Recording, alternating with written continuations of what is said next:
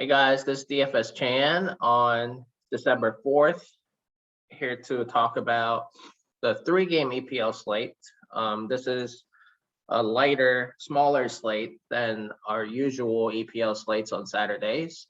So the video is going to be much shorter, but I'll still provide some insights and share some thoughts as to how the formation will line up and whether that will create some edges for certain players that I like, and provide with my GBP and cash player pool for each matchup. But just an overview of the slate. Like I said, 3-game slate. Newcastle United, they are a slight favorite at home, plus 115, and Southampton is a slight favorite at home at plus 145. And then the big favorite, but on the road for Liverpool against Wolverhampton. So I'll dive into each matchup. So let's dive into that Liverpool matchup, because I presume that the Liverpool pieces will probably be the most highly owned pieces on the slate.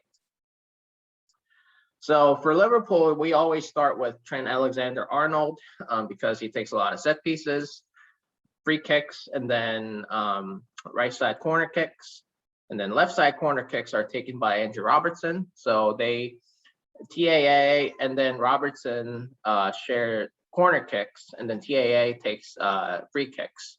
But Salah sometimes takes set pieces as well, like free kicks, but we'll talk about that later.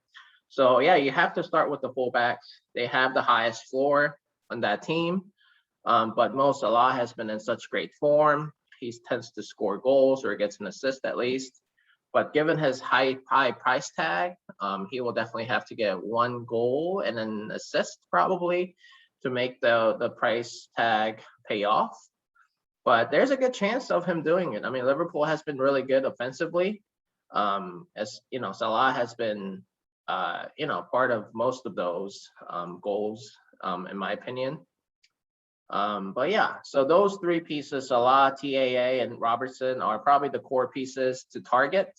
And then for GPP purposes, it's going to be pretty easy to fade Salah if you want to, because the ownership is going to be so high from GBP and cash. But Jota, and Mane, those are obviously the goal scoring pieces that you want to target for GBP purposes. Yes. So yeah, I mean that's probably all for Liverpool pieces. And on the other side of the matchup is Wolverhampton. They're the biggest underdog, given their opponent in Liverpool. Liverpool is going to dominate the possession, so Wolverhampton is not going to get as many opportunities that we've seen out of them in their previous games. I mean, Wolverhampton has been playing well this season, but they're 8th on the standings, but Liverpool's 3rd. So I mean, Liverpool is going to dominate possession whether they're on the road or at home. So, but Wolverhampton, if you are playing them for GBP, the highest floor guy on Wolverhampton is Aït-Nouri. He takes set pieces. He likes to cross the ball in the open play, create chances. And then for GPP purposes, any of these strikers, probably start with Jimenez and then Hwang and Traore if they end up starting. I like Jimenez as like a GPP dart throw, and then Semedo, if he likes to cross the ball as well. Not as much as Aït-Nouri, but definitely an option here for GPP purposes. But like I said, I don't think you need to go there because even if they score, I mean, they're not going to score more than 1 or 2 goals probably. So I don't think it's going to break the slate, in my opinion. So I don't think you really need to go there unless you really want to differentiate yourself from in a big GPP contest. On a 3-game slate, I think it's more viable, but still, I think Liverpool's still going to dominate possession. So I'm not too keen on that. The second matchup on the slate is Southampton, slight favorite at home against BHA. I think this is going to be like a slower pace game, I think. So I'm not too interested in this game or players from it, other than the core pieces, obviously. James Ward-Prowse, he tends to score at least 10 points every game. He takes set pieces. He likes to cross the ball. He's a chance creator for that team, playmaker. So it starts with him. And then for GPP purposes, I think other pieces that would have somewhat of a floor is Livermento, Redmond, and then I think that's it. I mean, Walker's Peters. Some people like to play that fullback, but I'm not too interested in him. He's not crossing the ball as much as he used to in his earlier career. So I like Livermento and Redmond in my opinion, and then Elyounoussi, and then like I said, Walker Peters, and then the two strikers. If you are chasing a goal, they don't really have much floor for Armstrong or Adams. But if you are chasing goals, if you think they're gonna score, I mean that's a good bet that one of them will be on the end of it. But Redmond is probably the more active one. I would probably prefer Redmond over any of these two strikers still. So that's where I'm at for Southampton. And then their opponent, Brighton, hasn't been playing as well this season. That's why they're just like underdog. But BHA has been really unpredictable in their starting lineups, I think, given just the form and the injuries to some players. So that mostly affects Pascal Gross. So if he ends up starting, he's gonna take a lot of set pieces, and he's a creator, playmaker, and he's gonna have a decent floor. But if he does not start, then Trossard may get some set pieces, and then also Solly March, who's not pictured here. If he ends up starting, Solly March might get set pieces as well. So I think BHA is an interesting team on the slate, depending on how the starters line up, and when the confirmation comes out 1 hour before the kickoff. We're gonna have to monitor as to who lines up where, because also Tariq Lamptey, whom I really, really like, and then Mark Cucurella. I mean, these are fullbacks that if they're lined up on the formation in a more advanced role, I really like them as high floor options for that team. And then for GPP purposes, I think if you're chasing a goal, BHA hasn't been scoring as much, but I definitely like Malpay probably to score for GPP purposes, but I prefer Gross and Trossard over Malpay because they like to shoot the ball just as much, and they like to create more chances compared to Malpay. So that's where I'm at for BHA. So I really think it's going to be a low scoring, but let's see what it says. Both teams to score. Yes. Okay. That's 125.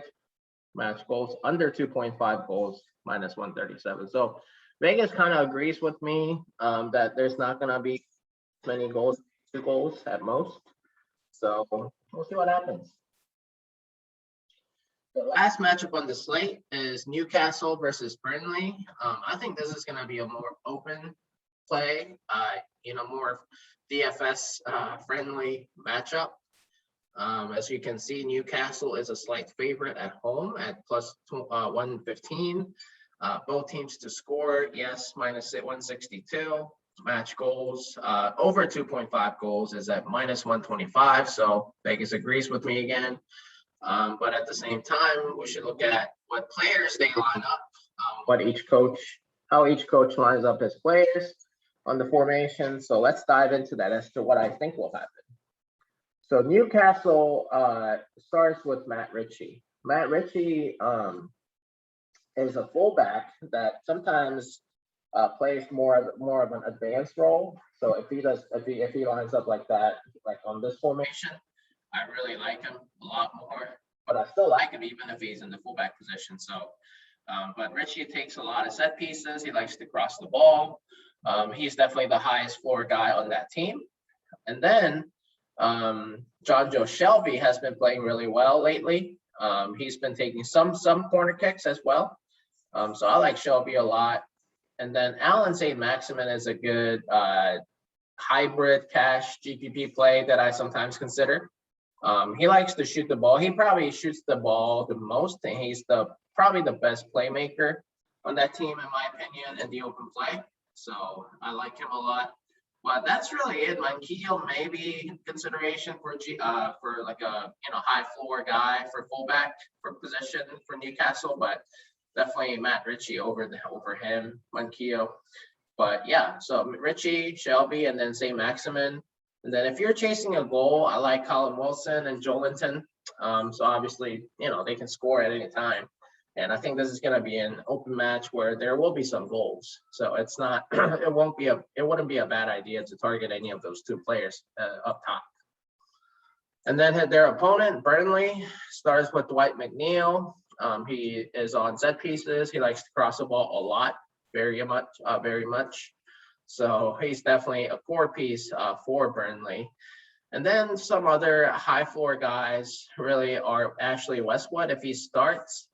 And then Loughton and Taylor are probably the other decent floor guys, but they're definitely led by McNeil and Westwood if he starts. And then if you're chasing a goal, like I said, this game is projected to produce some goals. So Wood and Cornette, but Cornette, given his form lately, I like Cornette better than Chris Wood. But the prices are a little different. So really, whatever fits for GPP purposes, I think up top in the position. But yeah, and then the goalies. Goalkeepers. Just play whoever fits. Your lineup. Goalie is the last position that I typically fill. But on a 3-game slate, you definitely want to correlate. You don't want to play Wolverhampton goalie like Jose Sa if you have like 5 Liverpool pieces, obviously, if you expect them to score 2-3 goals, unless you think they're just going to shoot a lot, have tons of shot attempts, and then Sa blocks every single one of them. So, just make sure, you come up with game narratives and then correlate that, with your goalkeeper's choice. And then, yeah, so that's really the 3-game slates. Like I said, it's always gonna be a short one. But yeah, let me see if there are any questions that we talk about here. I think ADM Perry asked about is there any relevant correlation between the defender and goalkeeper given the clean sheet potential? But yeah, of course there is. If you think like Liverpool's gonna win 1-0, 2-0, 3-0, and Wolverhampton is not going to score. Given the odds, both teams to score is at 125. So the Vegas thinks that they're both going to score and Wolverhampton's going to score as well. So the clean sheet potential is not looking that good given the Vegas odds. But if you think Liverpool is going to, keep the shutout, then obviously Allison gets the clean sheet, and if they win, they get 5 points bonus as well. So he would get 10 points total. But like if you are playing Alexander-Arnold or Robertson, who are defender eligible, they would get 5 points for a clean sheet bonus. So yeah, you can stack them up based on the game narrative.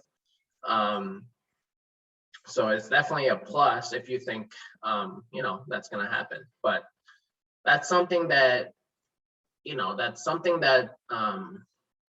I don't value as much as like what I see happen more likely, like them crossing the ball 10 times is probably going to happen more likely than them getting the whole team getting a clean sheet, because anything can happen in the game, like any of these guys can score, an own goal can happen, penalty kick can be given up, and then they end up scoring. So I think it's more of a sure thing to bank on them, having 5 crosses each, and scoring 5, whatever the points that would, translate to. So I think that's how I view it.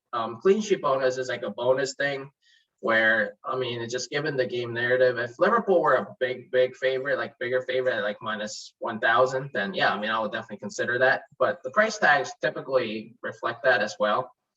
But on a 3-game slate, yeah, I do think it's more important to consider that clean sheet bonus because,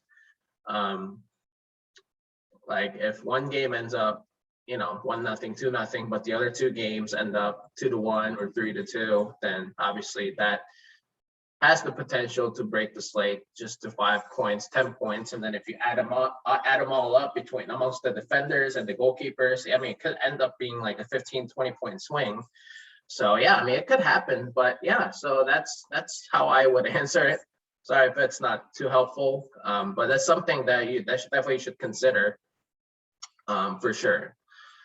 And then the other question was, yeah, I mean, the formations do change every game, and some players get subbed in and subbed out, obviously, each game. Upside, yeah. So the upside is, like I said, so like I think a good example is right here, where actually I have 2 games for that. Matt Ritchie, who's responsible for taking all their corner kicks, free kicks. He likes to cross the ball in the open play. Like if he were to start in the fullback position, like in the back 4, like on the left side, then he, it's still a good option, but compare that to if he starts up top, like here, in a more advanced and attacking role, then I'd definitely be more interested in Matt Ritchie. Another example would be right here where we talked about Lamptey, and then if Lamptey ends up starting up here in a more advanced role, on the formation when the starters come out, I'd definitely be more interested in that as well. So yeah, I mean, the upside goes up if they are in a more attacking role. So that's probably how I'm gonna see it. And the upside, like I said, it depends on where they line up on the formation. Yeah. So anyway, that's all I got for you guys today, and hope you guys have a good day. And if you guys have any questions, please let me know. And this is my son Palmer. Say hi. Who are you talking to? I'm just making a video. Hello, players. Say good luck. Good luck, players.